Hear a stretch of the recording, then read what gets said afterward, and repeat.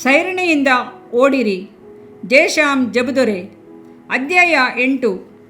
ಆದ ಕಾರಣ ಇಷ್ಟು ಮಂದಿ ಸಾಕ್ಷಿಯವರು ಮೇಘದೋಪಾದಿಯಲ್ಲಿ ನಮ್ಮ ಸುತ್ತಲೂ ಇರುವುದರಿಂದ ನಮಗೆ ಅಭ್ಯಂತರ ಮಾಡುವ ಎಲ್ಲ ಭಾರವನ್ನು ಹತ್ತಿಕೊಳ್ಳುವ ಪಾಪವನ್ನು ನಾವು ಸಹ ತೆಗೆದಿಟ್ಟು ನಂಬಿಕೆಯನ್ನು ಹುಟ್ಟಿಸುವವನು ಪೂರೈಸುವವನು ಆಗಿರುವ ಯೇಸುವಿನ ಮೇಲೆ ದೃಷ್ಟಿಯಿಟ್ಟು ನಮಗೆ ನೇಮಕವಾದ ಓಟವನ್ನು ಸ್ಥಿರ ಚಿತ್ತದಿಂದ ಓಡೋಣ. ಇಬ್ರಿಯ ಪತ್ರಿಕೆ 12ನೇ ಅಧ್ಯಾಯ 1-2 ವಚನ. ಈ ವಾಕ್ಯವನ್ನು ದೀರ್ಘವಾಗಿ ಚಿಂತನೆ ಮಾಡುವುದಾದರೆ ನಾವು ಹೇಗೆ ಓಡಬೇಕೆಂಬುದನ್ನು ಕುರಿತು ಪೌಲನು ಇನ್ನು 4 ಕಾರ್ಯಗಳನ್ನು ನಮಗೆ ಸೂಚಿಸುತ್ತಾನೆ. ಇಷ್ಟು ಮಂದಿ ಸಾಕ್ಷಿಯವರು ನಮ್ಮ ಸುತ್ತಲೂ ಇರುವರೆಂಬುದನ್ನು ಗ್ರಹಿಸಿ ಓಡಿರಿ. ಅಭ್ಯಂತರ ಮಾಡುವ ಎಲ್ಲ ಭಾರವನ್ನು ಹತ್ತಿಕೊಳ್ಳುವ ಪಾಪವನ್ನು ತೆಗೆದಿಟ್ಟು ಓಡಿರಿ. ಯೇಸುವಿನ ಮೇಲೆ ದೃಷ್ಟಿಯಿಟ್ಟು ಓಡಿರಿ. ಸ್ಥಿರ ಚಿತ್ತದಿಂದ ಓಡಿರಿ. ಸುತ್ತಲಿರುವ ಸಾಕ್ಷಿಗಳು. ಇಬ್ರಿಯರ ಪತ್ರಿಕೆ 11ನೇ ಅಧ್ಯಾಯದ ಮುಂದುವರಿಕೆಯಾಗಿ ಪೌಲನು 12ನೇ ಅಧ್ಯಾಯವನ್ನು ಬರೆದಿದ್ದಾನೆ. 11ನೇ ಅಧ್ಯಾಯವು ನಂಬಿಕೆಯ ವೀರರ ಪಟ್ಟಿಯನ್ನು ಒಳಗೊಂಡಿದೆ. ಅವರೆಲ್ಲರೂ ತಮ್ಮ ಓಟದಲ್ಲಿ ಪವಿತ್ರತೆಯನ್ನು, ತಮ್ಮ ಕರೆಯುವಿಕೆಯನ್ನು ಕಾಯ್ದುಕೊಂಡು ಓಟವನ್ನು ಜಯವಾಗಿ ಓಡಿ ಮುಗಿಸಿದರು. ಪ್ರವಾದಿಗಳು, ಅರಸರು, ಸೇವಕರು, ವಿಶ್ವಾಸಿಗಳು ಇವರೆಲ್ಲರ ಅನುಭವಗಳು ಸಂಕ್ಷಿಪ್ತವಾಗಿ ಕೊಡಲ್ಪಟ್ಟಿವೆ. ಅವರೆಲ್ಲರೂ ನಮ್ಮಂತೆ ಮನುಷ್ಯರೇ. ನಮ್ಮ ಹಾಗೆ ಅವರು ಸಹ ಎಲ್ಲ ವಿಧಗಳಲ್ಲಿಯೂ ಶೋಧಿಸಲ್ಪಟ್ಟವರೇ. ಆದರೆ ದೇವಭಕ್ತಿಯುಳ್ಳವರು, ಕರ್ತನಲ್ಲಿ ಉತ್ಕಟಾಭಿಮಾನವನ್ನು ಹೊಂದಿದವರು ಆಗಿದ್ದರು. ಇವರ ಎಣಿಕೆ ಹೇರಳವಾದದ್ದು. ಮೇಘದೋಪಾದಿಯಲ್ಲಿರುವರು. ಅಪೊಸ್ತಲನಾದ ಯೋಹಾನನು ಇದಾದ ಮೇಲೆ ಪರಲೋಕದಲ್ಲಿ ದೊಡ್ಡ ಗುಂಪಿನ ಶಬ್ದವೋ ಎಂಬಂತೆ ಒಂದು ಶಬ್ದವನ್ನು ಕೇಳಿದೆನು. ಪ್ರಕಟಣೆ 19ನೇ ಅಧ್ಯಾಯ 1ನೇ ವಚನ. ಇವುಗಳಾದ ಮೇಲೆ ಇಗೋ, ಯಾರಿಂದಲೂ ಎಣಿಸಲಾಗದಂಥ ಮಹಾಸಮೂಹವು ಸಿಂಹಾಸನದ ಮುಂದೆಯೂ ಯಜ್ಞದ ಕುರಿಯಾದದನ ಮುಂದೆಯೂ ನಿಂತಿರುವುದನ್ನು ಕಂಡೆನು. ಅವರು ಸಕಲ ಜನಾಂಗ, ಕುಲ, ಪ್ರಜೆಗಳವರು, ಸಕಲ ಭಾಷೆಗಳನ್ನು ಆಡುವವರು ಆಗಿದ್ದರು. ಪ್ರಕಟಣೆ 7ನೇ ಅಧ್ಯಾಯ 9ನೇ ವಚನ ಎಂದು ಬರೆಯುತ್ತಾನೆ. ಅನೇಕ ಸಾಕ್ಷಿಗಳು ನಮ್ಮನ್ನು ಆವರಿಸಿಕೊಂಡಿರುವುದು ಮಾತ್ರವೇ ಅಲ್ಲ, ಅವರು ನಮ್ಮ ಜೀವಿತದ ಓಟವನ್ನು ಗಮನಿಸುತ್ತಿದ್ದಾರೆ. ಆ ಸಾಕ್ಷಿಗಳು ನಮ್ಮನ್ನು ಉತ್ಸಾಹಗೊಳಿಸುವರು. ನಾವು ಭೂಮಿಯಲ್ಲಿ ಶ್ರಮಗಳನ್ನು ಸಹಿಸಿಕೊಂಡು ತಾಳ್ಮೆಯಿಂದ ನಮ್ಮ ಓಟವನ್ನು ಓಡಿ ಮುಗಿಸಿರುವೆವು. ಆದ್ದರಿಂದ ನೀವು ಸಹ ಸಹಿಷ್ಣುತೆಯಿಂದ ಕರ್ತನನ್ನೇ ದೃಷ್ಟಿಸಿ ನೋಡಿರಿ. ನಂಬಿಕೆಯನ್ನು ಕಾಯ್ದುಕೊಳ್ಳಿರಿ, ಸೋತು ಹೋಗದಿರಿ ಎಂದು ಹೇಳಿ ಉತ್ಸಾಹಗೊಳಿಸುತ್ತಿದ್ದಾರೆ. ದೇವಮಗುವೆ, ಸತ್ಯವೇದದಲ್ಲಿನ ಭಕ್ತರ ಜೀವಿತವನ್ನು ಪದೇ ಪದೇ ಓದಿ ನೋಡು. ಅವರ ಜಯದ ರಹಸ್ಯವೇನು? ಅದನ್ನು ಕಂಡುಹಿಡಿದು ನಿನ್ನ ಜೀವಿತದಲ್ಲಿ ಅದನ್ನು ಅನುಸರಿಸು. ದೇವರೊಂದಿಗೆ ಅನ್ಯೋನ್ಯತೆ ಇಂದಿರುವುದರಲ್ಲಿ ಅನೋಕನಂತಿರು. ಆಶೆ ಇಚ್ಛೆಗಳ ಸಂಯಮದಲ್ಲಿ ಯೆಸೋಪನಂತಿರು. ನಂಬಿಕೆಯಲ್ಲಿ ಅಬ್ರಾಮನಂತಿರು. ಧ್ಯಾನದ ಜೀವಿತದಲ್ಲಿ ಇಸಾಕನಂತಿರು. ಕರ್ತನೊಂದಿಗೆ ಹೋರಾಡಿ ಪ್ರಾರ್ಥಿಸುವುದರಲ್ಲಿ ಯಾಕೋಬನಂತಿರು. ಸಂಕಟಗಳನ್ನು ಸಹಿಸುವುದರಲ್ಲಿ ಯೋಬನಂತಿರು. ಕರ್ತನನ್ನು ಹಾಡಿ ಸ್ತುತಿಸುವುದರಲ್ಲಿ ದಾವೀದನಂತಿರು. ಪ್ರಾರ್ಥನೆಯ ಜೀವಿತದಲ್ಲಿ ದಾನ್ಯನಂತಿರು. ಬೇರೆಯವರಿಗಾಗಿ ಕಣ್ಣೀರಿನಿಂದ ಪ್ರಾರ್ಥಿಸುವುದರಲ್ಲಿ ಪ್ರವಾದಿಯಾದ ಯೆರೆಮೀಯನಂತಿರು. ಸೇವೆ ಮಾಡುವುದರಲ್ಲಿ, ನಿರೂಪಣೆಗಳನ್ನು ಬರೆಯುವುದರಲ್ಲಿ ಅಪೊಸ್ತಲನಾದ ಪೌಲನಂತಿರು. ದರ್ಶನಗಳನ್ನು ಅಪೇಕ್ಷಿಸುವುದರಲ್ಲಿ ಅಪೊಸ್ತಲನಾದ ಯೋಹಾನನಂತಿರು. ಆಹಾ, ಎಷ್ಟು ಸಾಕ್ಷಿಗಳು ನಮಗೆ ಮುಂಭಾಗದಲ್ಲಿ ಇವೆಯಲ್ಲವೇ? ಆ ಭಕ್ತರೆಲ್ಲ ಗತಿಸಿ ಮಣ್ಣಿಗೆ ಮಣ್ಣಾಗಿ ಹೋಗಲಿಲ್ಲ. ಅವರು ಮೇಘದೋಪಾದಿಯಲ್ಲಿ ಸಾಕ್ಷಿಗಳಾಗಿ ನಮ್ಮನ್ನು ಆವರಿಸಿಕೊಂಡಿರುವರು. ಅವರನ್ನು ಸಾಕ್ಷಿಗಳನ್ನಾಗಿರಿಸಿದ ನಮ್ಮ ದೇವರು ನಮ್ಮನ್ನು ಸಾಕ್ಷಿಗಳನ್ನಾಗಿರಿಸಲು ಬಲ್ಲನಲ್ಲವೇ? ಭಾರಗಳನ್ನು ಹತ್ತಿಕೊಳ್ಳುವ ಪಾಪವನ್ನು ತೆಗೆದಿಟ್ಟು ಓಡಿರಿ. ಓಟ ಪಂದ್ಯದಲ್ಲಿ ಓಡುವವರು ಮಿತವಾಗಿ ಆಹಾರ ಸೇವಿಸಿ ತಮ್ಮ ದೇಹವನ್ನು ವ್ಯಾಯಾಮದಿಂದ ಪಳಗಿಸಿ ಶರೀರ ತೂಕವನ್ನು ಕಡಿಮೆ ಮಾಡಿಕೊಂಡು ಅದೇ ಸಮಯದಲ್ಲಿ ಶಕ್ತಿಯುತರಾಗಿ ಓಡುವರು. ಓಡುವಾಗ ಭಾರವಾದ ಉಡುಪುಗಳನ್ನು ತೊಟ್ಟುಕೊಳ್ಳದೆ ಓಡಲು ಸುಲಭವಾಗಿ ಸರಳವಾದ ಉಡುಗೆಯನ್ನು ತೊಟ್ಟು ಓಡುವರು. ಹಾಗೆಯೇ ಪಾಪಗಳನ್ನು ತೀರ್ಮಾನದಿಂದ ತಳ್ಳಿಹಾಕು. ಈಗಲೇ ನೀನು ತೀರ್ಮಾನದೊಂದಿಗೆ ಪಾಪಗಳನ್ನು ಅಗಲಿಸದೆ ಹೋದರೆ ಒಂದು ದಿನ ನೀನು ಅಗಲಿಸಲು ಯತ್ನಿಸಿದಾಗಿಯೂ ಅದು ಸಾಧ್ಯವಾಗದೆ ಹೋಗುವುದು. ಆಕಸ್ಮಿಕವಾಗಿ ಮರಣವು ಸಂಭವಿಸುವುದಾದರೆ ನೀನು ಪಾಪದೊಂದಿಗೆ ಸಾಯಬೇಕು. ದುಷ್ಟನು ತನ್ನ ದುರ್ಮಾರ್ಗವನ್ನು ಬಿಡಲಿ, ಕೆಡುಕನ್ನು ತನ್ನ ದುರಾಲೋಚನೆಗಳನ್ನು ತ್ಯಜಿಸಲಿ. ಕರ್ತನ ಕಡೆಗೆ ತಿರುಗಿಕೊಂಡು ಬರಲಿ, ಆತನು ಅವನನ್ನು ಕರುಣಿಸುವನು, ಆತನು ಮಹಾ ಕೃಪೆಯಿಂದ ಕ್ಷಮಿಸುವನು ಎಂದು ಸತ್ಯವೇದವು ಹೇಳುತ್ತದೆ. ಯೆಶಾಯನ ಪ್ರವಾದಿ 55ನೇ ಅಧ್ಯಾಯ 7ನೇ ವಚನ. ದೇವಮಗುವೆ, ಪಾಪವನ್ನು ಹಾವಿನಂತೆ ನೋಡು, ಪಾಪದ ಮೇಲೆ ಹಗೆತನವನ್ನು ಬೆಳೆಸಿಕೋ. ತನ್ನ ಪಾಪಗಳನ್ನು ದೋಷಗಳನ್ನು ಮುಚ್ಚಿಕೊಳ್ಳುವವನಿಗೆ ಶುಭವಾಗದು, ಅವುಗಳನ್ನು ಒಪ್ಪಿಕೊಂಡು ಬಿಟ್ಟು ಬಿಡುವವನಿಗೆ ಕರುಣೆ ದೊರೆಯುವುದು ಎಂದು ವಾಕ್ಯವು ಹೇಳುತ್ತದೆ. ಜ್ಞಾನೋಕ್ತಿ 28ನೇ ಅಧ್ಯಾಯ 13. ಅನೇಕರು ಪಾಪವನ್ನು ತಳ್ಳಿ ಹಾಕುತ್ತಾರೆ, ಆದರೆ ಭಾರವನ್ನು ತಳ್ಳುವುದಿಲ್ಲ. ಕುಟುಂಬವನ್ನು ಕುರಿತು, ಮಕ್ಕಳನ್ನು ಕುರಿತು, ಉದ್ಯೋಗವನ್ನು ಕುರಿತು, ಇನ್ನು ಅನೇಕ ವಿಧವಾದ ಭಾರಗಳನ್ನು ಹೊತ್ತು ಸೋತು ಸೊರಗಿ ಹೋಗುವರು. ಸತ್ಯವೇದವು ಕರ್ತನ ಮೇಲೆ ನಿನ್ನ ಚಿಂತಾಭಾರವನ್ನು ಹಾಕು, ಆತನು ನಿನ್ನನ್ನು ಉದ್ಧಾರ ಮಾಡುವನು ಎಂದು ಹೇಳುತ್ತದೆ. ಕೀರ್ತನೆ 55ನೇ ಅಧ್ಯಾಯ 22ನೇ ವಚನ. ನಿನ್ನ ಚಿಂತೆಗಳು, ಭಾರಗಳು, ನೋವುಗಳು, ದುಃಖಗಳೆಲ್ಲವನ್ನು ಆತನು ಶಿಲುಬೆಯ ಮೇಲೆ ಹೊತ್ತು ತೀರಿಸಿದ್ದಾನೆ. ಆದ್ದರಿಂದಲೇ ಆತನು, ಎಲೆ ಕಷ್ಟಪಟ್ಟು ಹೊರೆ ಹೊರುವವರೇ, ನೀವೆಲ್ಲರೂ ನನ್ನ ಬಳಿಗೆ ಬನ್ನಿರಿ, ನಾನು ನಿಮಗೆ ವಿಶ್ರಾಂತಿ ಕೊಡುವೆನು ಎಂದು ಕರೆಯುತ್ತಾನೆ. ಕರ್ತನಲ್ಲಿ ನಂಬಿಕೆ ಇಲ್ಲದವರು, ಕರ್ತನಲ್ಲಿ ನಿರೀಕ್ಷೆ ಇಡದವರು ತಮ್ಮ ಭಾರವನ್ನು ತಾವೇ ಹೊತ್ತುಕೊಂಡಿರುವರು. ಅಂಥವರನ್ನು ಕುರಿತು ಕರ್ತನು, ನಿಮ್ಮ ವಿಷಯದಲ್ಲಿ ಜಾಗರೂಕರಾಗಿರಿ. ಅತಿ ಭೋಜನದ ಮದಡಿನಿಂದಲೂ ಅಮಲಿನಿಂದಲೂ ಪ್ರಪಂಚದ ಚಿಂತೆಗಳಿಂದಲೂ ನಿಮ್ಮ ಹೃದಯಗಳು ಭಾರವಾಗಿರಲಾಗಿ ಆ ದಿವಸವು ನಿಮ್ಮ ಮೇಲೆ ಉರುಳಿನಂತೆ ಬಂದೀತು ಎಂದು ಎಚ್ಚರಿಸಿದ್ದಾನೆ. ಲೂಕನ ಸುವಾರ್ತೆ 21ನೇ ಅಧ್ಯಾಯ 34 ವಚನ.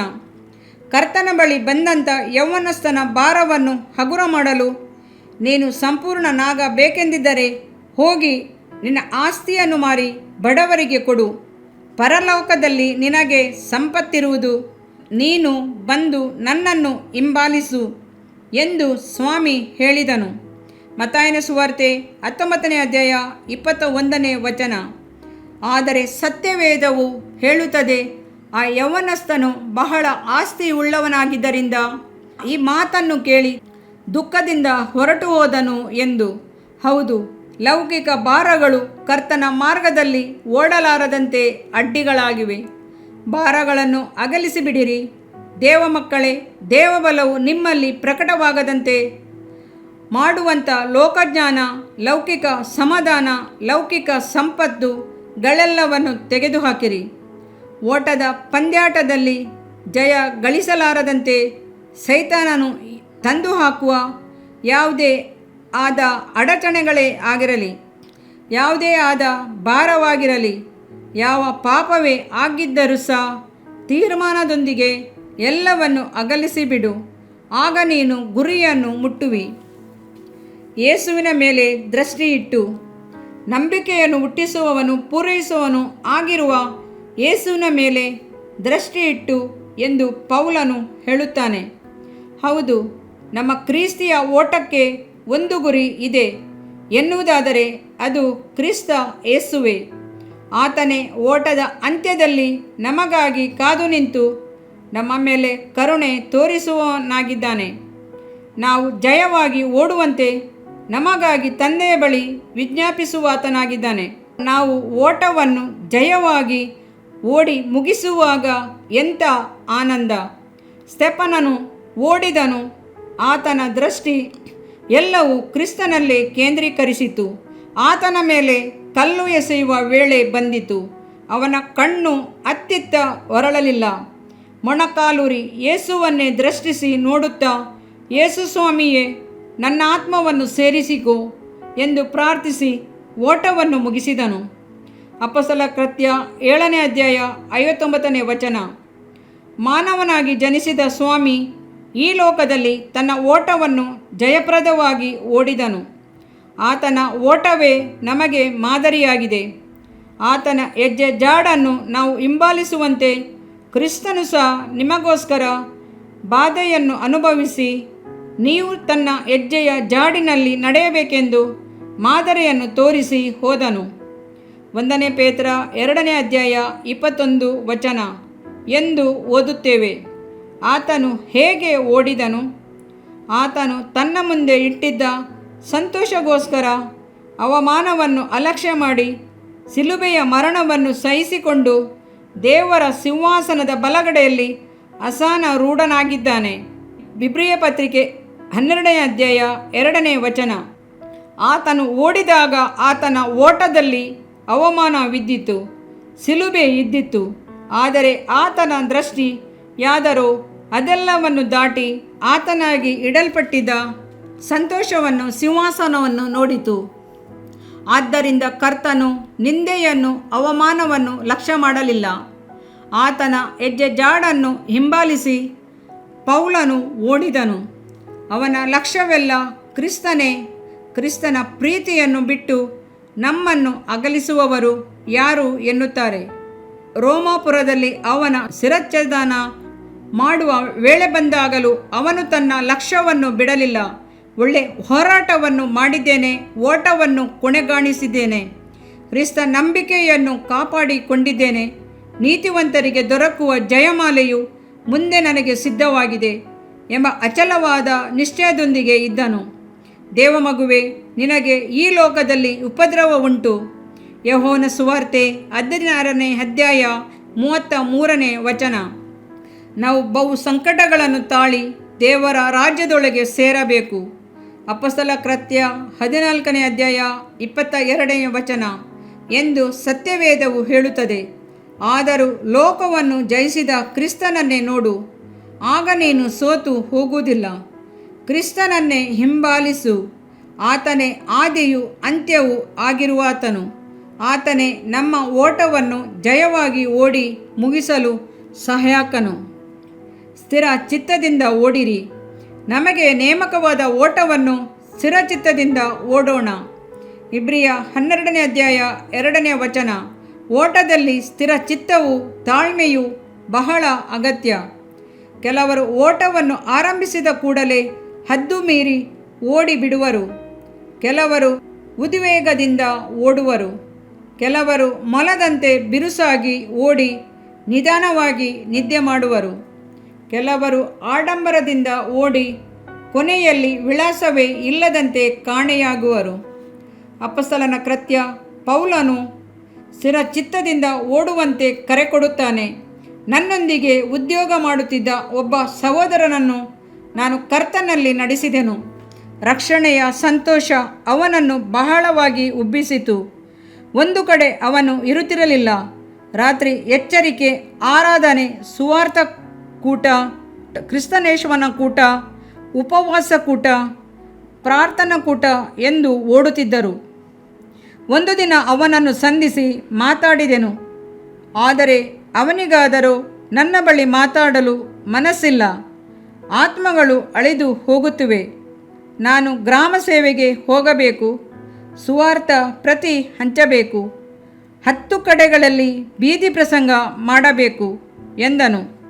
ನೀನು ಇಂದು ಸತ್ಯವೇದವನ್ನು ಓದಿದೆಯಾ, ಏಕಾಂತ ಪ್ರಾರ್ಥನೆ ಮಾಡಿದೆಯಾ ಎಂದು ಕೇಳಲು ಅವನು ಅದಕ್ಕೆಲ್ಲ ಸಮಯವಿಲ್ಲ, ಆತ್ಮಗಳು ನಾಶವಾಗುತ್ತಿವೆ ಎಂದು ಹೇಳಿ ಹೊರಟು ಹೋದನು.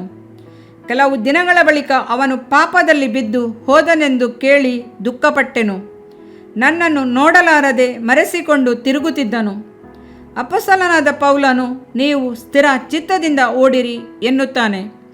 ನಿಮ್ಮ ಸೈರಣೆಯಿಂದ ನಿಮ್ಮ ಪ್ರಾಣಗಳನ್ನು ಪಡಕೊಳ್ಳುವಿರಿ ಎಂದು ಕರ್ತನ ಹೇಳುತ್ತಾನೆ. ಲೂಕನ ಸುವಾರ್ತೆ 21ನೇ ಅಧ್ಯಾಯ 19ನೇ ವಚನ. ಸ್ಥಿರಚಿತ್ತ ಅಥವಾ ತಾಳ್ಮೆ ಎಂದರೇನು? ಇದಕ್ಕೆ ಅನೇಕ ಅರ್ಥಗಳುಂಟು. ಬೇರೆಯವರು ಕೋಪವನ್ನು ಉಂಟು ಮಾಡುವಾಗ, ಉರಿಗೊಳ್ಳುವಂತೆ ಮಾಡುವಾಗ ಶಾಂತ ರೀತಿಯಲ್ಲಿ ನಡೆದುಕೊಳ್ಳುವುದು ಚಿತ್ತವನ್ನು ಕಳೆದುಕೊಳ್ಳದೆ ಸ್ಥಿರವಾಗಿರುವುದೇ ಆಗಿದೆ. ನಮಗೂ ಬೇರೆಯವರಿಗೂ ಮಧ್ಯದ ಸಂಬಂಧ ಬಾಧಿಸಲ್ಪಡುವಾಗ ಪ್ರೀತಿಯಿಂದ ನಡೆದುಕೊಳ್ಳುವುದೇ ಸ್ಥಿರ ಚಿತ್ತವಾಗಿದೆ. ಸ್ಥಿರಚಿತ್ತ ಅಥವಾ ದೃಢವಾದ ಮನಸ್ಸು ಕ್ರಿಸ್ತನ ದೈವಿಕ ಸ್ವಭಾವಗಳಲ್ಲಿ ಒಂದು. ಕ್ರಿಸ್ತನ ಜೀವಿತದ ಮೂಲಕ ನಾವು ಸ್ಥಿರಚಿತ್ತವನ್ನು ಕಲಿಯುತ್ತೇವೆ, ಅಭ್ಯಾಸಿಸುತ್ತೇವೆ. ಕ್ರಿಸ್ತನು ತನ್ನ ಬಳಿ ಹೇಗೆ ತಾಳ್ಮೆ ಇದ್ದಿದ್ದೇನೆಂದು ಅಪೊಸ್ತಲನಾದ ಪೌಲನು ಇನ್ನು ಮುಂದೆ ನಿತ್ಯ ಜೀವಕ್ಕಾಗಿ ತನ್ನ ಮೇಲೆ ನಂಬಿಕೆ ಇಡುವವರಿಗೆ ತನ್ನ ದೀರ್ಘಶಾಂತಿಯ ದೃಷ್ಟಾಂತವಿರಬೇಕೆಂದು ಕ್ರಿಸ್ತ ಯೇಸು ಮುಖ್ಯ ಪಾಪಿಯಾದ ನನ್ನನ್ನು ಕರುಣಿಸಿ ನನ್ನಲ್ಲಿ ತನ್ನ ಪೂರ್ಣ ದೀರ್ಘ ಶಾಂತಿಯನ್ನು ತೋರ್ಪಡಿಸಿದನು. 1 ತಿಮೋತಿ 1ನೇ ಅಧ್ಯಾಯ 13-16 ಎಂದು ಹೇಳುತ್ತಾನೆ. ಕ್ರಿಸ್ತನಲ್ಲಿ ಅನ್ಯೋನ್ಯವಾಗಿ ಜೀವಿಸುವುದರಿಂದಲೂ ಧ್ಯಾನದಲ್ಲಿ ಆತನ ಸಮೀಪ ಸೇರುವಾಗಲೂ ನಾವು ಕ್ರಿಸ್ತನ ತಾಳ್ಮೆ ದೀರ್ಘಶಾಂತಿಯನ್ನು ಸ್ವಾಸ್ಥ ಮಾಡಿಕೊಳ್ಳುತ್ತೇವೆ. ಸತ್ಯವೇದ ವಾಕ್ಯಗಳು ನಮಗೆ ದೃಢ ಮನಸ್ಸನ್ನು ಕೊಡುತ್ತದೆ. ನಮ್ಮ ದೀರ್ಘಶಾಂತಿಯು ನಮ್ಮನ್ನು ದೇವರ ಮಕ್ಕಳೆಂಬುದಾಗಿ ಪ್ರಪಂಚಕ್ಕೆ ತೋರಿಸಿಕೊಡಲಿ. ಎಫೆಸದ ಪತ್ರಿಕೆ 4ನೇ ಅಧ್ಯಾಯ 1-3. ನಮ್ಮ ದೀರ್ಘಶಾಂತಿಯು ನಮ್ಮ ಕ್ಷಮಾಶೀಲತೆಯನ್ನು ಪ್ರಕಟಿಸಲಿ. ನಮ್ಮ ದೀರ್ಘಶಾಂತಿಯು ನಮ್ಮ ಪ್ರೀತಿಯ ಸ್ವಭಾವದಿಂದಲೂ ಪ್ರೀತಿಯ ಅನ್ಯೋನ್ಯತೆಯಿಂದಲೂ ಪ್ರೀತಿಯ ಸಹಿಷ್ಣುತೆಯಿಂದಲೂ ಪ್ರಕಟವಾಗಲಿ. 1 ಕೊರಿಂಥ 13:4. ನಮ್ಮ ದೀರ್ಘಶಾಂತಿಯು ನಾವು ಬೇರೆಯವರನ್ನು ಉತ್ಸವಗೊಳಿಸುವುದರಲ್ಲೂ ಉತ್ತೇಜಿಸುವುದರಲ್ಲೂ ಪ್ರೋತ್ಸಾಹಿಸುವುದರಲ್ಲಿ ಮುಂದುವರಿಯುವಂಥದ್ದಾಗಿರಲಿ. 1 ತೆಸಲೋನಿಕ 5ನೇ ಅಧ್ಯಾಯ 14. ದೇವಮಗುವೆ, ನಾವು ದೃಢ ಮನಸ್ಸಿನಿಂದ ಸ್ಥಿರಚಿತ್ತತೆಯಿಂದ ಓಡೋಣ. ನಮ್ಮ ಪ್ರಿಯ ಕರ್ತನ ಬರೋಣವು ಬಹು ಸಮೀಪವಾಗಿದೆ. ನಮ್ಮ ತಾಳ್ಮೆಯನ್ನು ನಾವು ಕಳೆದುಕೊಳ್ಳದಿರೋಣ. ಪಕ್ಕನೆ ಆತನ ಬರೋಣವಿರುವುದಾದರೆ ಸಹೋದರರೇ, ಕರ್ತನು ಪ್ರತ್ಯಕ್ಷನಾಗುವ ತನಕ ದೀರ್ಘಶಾಂತಿಯಿಂದಿರಿ ಎಂದು ಯಾಕೋಬನು ಹೇಳುತ್ತಾನೆ. ಯಾಕೋಬನ ಪತ್ರಿಕೆ 5ನೇ ಅಧ್ಯಾಯ 7. ನಾವು ಸ್ಥಿರ ಚಿತ್ತದಿಂದ ಗುರಿ ಮುಟ್ಟುವ ತನಕ ಓಡೋಣ. ಕ್ರಿಸ್ತನು ನಮಗೋಸ್ಕರ ಇಟ್ಟಿರುವ ಮಹಿಮೆಯಾದ ಆಶೀರ್ವಾದಗಳನ್ನು ಸ್ವಾಸ್ಥ ಮಾಡಿಕೊಳ್ಳೋಣ. ನಮ್ಮ ಓಟವನ್ನು ಜಯವಾಗಿ ಓಡಿ ಮುಗಿಸೋಣ. ಕ್ರಿಸ್ತನೊಂದಿಗೂ ಸಕಲ ಭಕ್ತರೊಂದಿಗೂ ಆ ಸ್ತುತಿಯ ದೇಶದಲ್ಲಿ ಆನಂದಿಸಿ ಹರ್ಷಿಸೋಣ. ಬೆಳಕಿನ ರಾಜ್ಯವನ್ನು ಸ್ವಂತ ಮಾಡಿಕೊಳ್ಳೋಣ. ಆಮೆನ್. ಅಲ್ಲೆಲೂಯ. ಮಹಿಮೆ. ಇದರಿಂದ ನಿನ್ನ ದೇಹಕ್ಕೆ ಆರೋಗ್ಯವು, ಎಲುಬುಗಳಿಗೆ ಸಾರವು ಉಂಟಾಗುವವು. ಜ್ಞಾನೋಕ್ತಿಗಳು 3ನೇ ಅಧ್ಯಾಯ 8ನೇ ವಾಕ್ಯ. ಪ್ರಿಯ ವೀಕ್ಷಕರೇ ಮತ್ತು ಕರ್ತನಲ್ಲಿ ಸಹೋದರ ಸಹೋದರಿಯರೇ, ನೀವು ನಮ್ಮ ಈ ಕಾರ್ಯಕ್ರಮವನ್ನ ವೀಕ್ಷಿಸಿದ್ದಕ್ಕಾಗಿ ದೇವರ ನಾಮದಲ್ಲಿ ನಿಮಗೆ ವಂದನೆಗಳು. ದೇವರ ವಾಕ್ಯವು ನಮ್ಮ ಎಲುಬಿಗೆ ಬಲವೂ ಸಾರವೂ ಆಗಿದೆ ಎಂದು ಸತ್ಯವೇದವು ಹೇಳುವಂತೆ ಈ ಕಾರ್ಯಕ್ರಮವು ನಿಮಗೆ ಆಶೀರ್ವಾದಕರವಾಗಿದೆ ಎಂದು ನಂಬುತ್ತೇವೆ. ಪ್ರಿಯ ವೀಕ್ಷಕರೇ, ನಮ್ಮ ಈ ಸೇವೆಗಾಗಿ ಪ್ರಾರ್ಥಿಸಿರಿ ಮತ್ತು ಎಲ್ಲಾ ಕಾರ್ಯಕ್ರಮಗಳನ್ನ ಇತರರೊಂದಿಗೆ ಶೇರ್ ಮಾಡಿರಿ. ಅದೇ ರೀತಿಯಾಗಿ ನಮ್ಮ ಈ ಯೂಟ್ಯೂಬ್ ಚಾನೆಲ್ ಅನ್ನು ಸಬ್ಸ್ಕ್ರೈಬ್ ಮಾಡಿರಿ ಹಾಗೂ ಲೈಕ್ ಮಾಡಿ. ನಿಮ್ಮ ಅನಿಸಿಕೆಗಳನ್ನು ಕಮೆಂಟ್ ಬಾಕ್ಸ್ನಲ್ಲಿ ನಮಗೆ ತಿಳಿಯಪಡಿಸಿ. ನಮ್ಮ ಸಂಖ್ಯೆ 7022104605. ಈ ಸಂಖ್ಯೆಗೆ ಕರೆ ಮಾಡಿರಿ. ಒಬ್ಬ ಪಾಪಿಯ ಪ್ರಾರ್ಥನೆ, ಯೇಸುವನ್ನು ರಕ್ಷಕನಾಗಿ ಅಂಗೀಕರಿಸಲು ಮಾಡಬೇಕಾದ ಪ್ರಾರ್ಥನೆ. ಪ್ರಿಯ ಪರಲೋಕದ ತಂದೆಯೇ, ಯೇಸುವಿನ ಹೆಸರಿನಲ್ಲಿ ನಾನು ನಿನ್ನ ಬಳಿಗೆ ಬಂದಿದ್ದೇನೆ. ನನ್ನ ಬಳಿಗೆ ಬರುವವರನ್ನು ನಾನು ತಳ್ಳಿಬಿಡುವುದೇ ಇಲ್ಲ. ಯೋಹಾನ 6:37 ಎಂದು ನಿನ್ನ ವಾಕ್ಯ ಹೇಳುತ್ತದಲ್ಲ. ಆದ್ದರಿಂದ ನೀನು ನನ್ನನ್ನು ತಳ್ಳಿಬಿಡದೆ ನನ್ನನ್ನು ಸೇರಿಸಿಕೊಳ್ಳುವಿ ಎಂದು ನನಗೆ ಗೊತ್ತಿದೆ. ಆದ್ದರಿಂದ ನಾನು ನಿನಗೆ ಸ್ತೋತ್ರ ಮಾಡುತ್ತೇನೆ. ನೀನು ನಿನ್ನ ವಾಕ್ಯದಲ್ಲಿ ನೀನು ಯೇಸುವನ್ನೇ ಕರ್ತನೆಂದು ಬಾಯಿಂದ ಅರಿಕೆ ಮಾಡಿಕೊಂಡು ದೇವರು ಆತನನ್ನು ಸತ್ತವರೊಳಗಿಂದ ಎಬ್ಬಿಸಿದನೆಂದು ಹೃದಯದಿಂದ ನಂಬಿದರೆ ನಿನಗೆ ರಕ್ಷಣೆಯಾಗುವುದು ಎಂತಲೂ ಕರ್ತನ ನಾಮವನ್ನ ಹೇಳಿಕೊಳ್ಳುವವರೆಲ್ಲರಿಗೆ ರಕ್ಷಣೆಯಾಗುವುದೆಂತಲೂ ಬರೆದಿದೆ. ರೋಮ 10:9-13 ವಾಕ್ಯ. ಯೇಸು ಕ್ರಿಸ್ತನು ದೇವಕುಮಾರನೆಂದು ನನ್ನ ಹೃದಯದಲ್ಲಿ ನಂಬುತ್ತೇನೆ. ನನ್ನನ್ನು ನೀತಿವಂತನನ್ನಾಗಿ ಮಾಡುವುದಕ್ಕಾಗಿ ಆತನು ಸತ್ತವರೊಳಗಿಂದ ಎಬ್ಬಿಸಲ್ಪಟ್ಟನು ಎಂದು ನಂಬುತ್ತೇನೆ. ನಾನು ಆತನ ನಾಮವನ್ನ ಹೇಳಿಕೊಳ್ಳುತ್ತೇನೆ. ಯೇಸುವೇ, ನೀನೇ ಕರ್ತನು. ತಂದೆಯೇ, ನೀನು ನನ್ನನ್ನು ರಕ್ಷಿಸಿದಿ ಎಂದು ನಾನು ನಂಬುತ್ತೇನೆ. ನಿನ್ನ ವಾಕ್ಯವು ಹೇಳುತ್ತದೆ, ಮನುಷ್ಯನು ಹೃದಯದಿಂದ ನಂಬುವುದರ ಮೂಲಕ ನೀತಿಯು ದೊರಕುತ್ತದೆ, ಬಾಯಿಂದ ಅರಿಕೆ ಮಾಡುವುದರ ಮೂಲಕ ರಕ್ಷಣೆಯಾಗುತ್ತದೆ. ರೋಮ 10:10. ನಾನೀಗ ನನ್ನ ಹೃದಯದಲ್ಲಿ ನಂಬುತ್ತೇನೆ ಹಾಗೂ ಯೇಸುವೇ ನನ್ನ ಕರ್ತನೆಂದು ಅರಿಕೆ ಮಾಡುತ್ತೇನೆ. ಆದುದರಿಂದ ನಾನೀಗ ರಕ್ಷಣೆ ಹೊಂದಿದ್ದೇನೆ. ಅಪ್ಪಾ ತಂದೆಯೇ, ನಿನಗೆ ಸ್ತೋತ್ರ. ಲೂಕನು ಬರೆದ ಸುವಾರ್ತೆ 11ನೇ ಅಧ್ಯಾಯದಲ್ಲಿ ಬರೆದಿರುವಂತೆ, ನಿಮ್ಮಲ್ಲಿ ತಂದೆಯಾದವನು ಮೀನನ್ನು ಕೇಳುವ ಮಗನಿಗೆ ಮೀನು ಕೊಡದೆ ಹಾವನ್ನು ಕೊಡುವನೆ? ಅಥವಾ ತತ್ತಿಯನ್ನು ಕೇಳಿದರೆ ಚೇಳನ್ನು ಕೊಡುವನೆ? ಹಾಗಾದರೆ ಕೆಟ್ಟವರಾದ ನೀವು ನಿಮ್ಮ ಮಕ್ಕಳಿಗೆ ಒಳ್ಳೆ ಪದಾರ್ಥಗಳನ್ನ ಕೊಡಬಲ್ಲವರಾದರೆ ಪರಲೋಕದಲ್ಲಿರುವ ನಿಮ್ಮ ತಂದೆಯು ತನ್ನನ್ನು ಬೇಡಿಕೊಳ್ಳುವವರಿಗೆ ಎಷ್ಟೋ ಹೆಚ್ಚಾಗಿ ಪವಿತ್ರಾತ್ಮ ವರವನ್ನ ಕೊಡುವವನಲ್ಲವೇ ಅಂದನು. ತಂದೆಯೇ, ನೀನು ಕೇಳಿಕೊಳ್ಳುವವರಿಗೆ ಪವಿತ್ರಾತ್ಮನ ವರವನ್ನು ಹೇರಳವಾಗಿ ಕೊಡುವಾತನಾಗಿದ್ದಿ. ಆದ್ದರಿಂದ ನನ್ನ ಮೇಲೆಯೂ ನಿನ್ನ ಆತ್ಮನನ್ನು ಸುರಿಸಬೇಕಾಗಿ ಬೇಡಿಕೊಳ್ಳುತ್ತೇನೆ. ಕೀರ್ತನೆ 81:10 ಬರೆದಿದೆ, ಅಗಲವಾಗಿ ಬಾಯಿದೆರೆಯಿರಿ, ಅದನ್ನು ತುಂಬಿಸುವೆನು. ಕರ್ತನೇ, ನನ್ನನ್ನು ಪವಿತ್ರಾತ್ಮನಿಂದ ತುಂಬಿದಂತ ನೀನು ನನ್ನನ್ನು ಅನ್ಯ ಭಾಷೆಯ ವರದಿಂದಲೂ ತುಂಬುವವನಾಗಿದ್ದಿ ಎಂದು ನಂಬುತ್ತೇನೆ. ಅದರಂತೆ ನಾನು ನನ್ನ ಬಾಯಿಯನ್ನು ತೆರೆದು ನಿನ್ನ ಸ್ತೋತ್ರ ಮಾಡುವಾಗ ಅನ್ಯ ಭಾಷೆಯ ಅಭಿಷೇಕದಿಂದ ನನ್ನನ್ನು ತುಂಬುವವನಾಗಿದ್ದಿ ಎಂದು ನಂಬುತ್ತೇನೆ. ಈಗ ನೀವು ನಿಮ್ಮ ಬಾಯಿಯನ್ನು ತೆರೆದು ಮಾತನಾಡುವಾಗ ಪವಿತ್ರಾತ್ಮನು ನಿಮ್ಮ ಬಾಯಿಯನ್ನು ತನ್ನ ಭಾಷೆಯಿಂದ ತುಂಬುವವನಾಗಿದ್ದಾನೆ. ಇದು ದೇವರ ಭಾಷೆಯಾಗಿದೆ. ಈ ಅಭಿಷೇಕವನ್ನ ಹೊಂದಿಕೊಳ್ಳಲು ನೀವು ನಿಮ್ಮ ಸ್ವರವನ್ನ ಉಪಯೋಗಿಸಬೇಕು. ಅದರಿಂದ ನೀವು ನಿಮ್ಮ ಬಾಯನ್ನು ತೆರೆದು ದೇವರಿಗೆ ಸ್ತೋತ್ರ ಮಾಡುವಾಗ ದೇವರು ನಿಮ್ಮನ್ನು ಅನ್ಯ ಭಾಷೆಯ ವರದಿಂದ ತುಂಬುವವನಾಗಿದ್ದಾನೆ. ಪ್ರಿಯರೇ, ಈಗ ನೀವು ಪವಿತ್ರಾತ್ಮನಿಂದ ತುಂಬಲ್ಪಟ್ಟ ಆತನ ಪ್ರಿಯ ಮಕ್ಕಳಾಗಿದ್ದೀರಿ. ದೇವರ ನಾಮಕ್ಕೆ ಸ್ತೋತ್ರವಾಗಲಿ.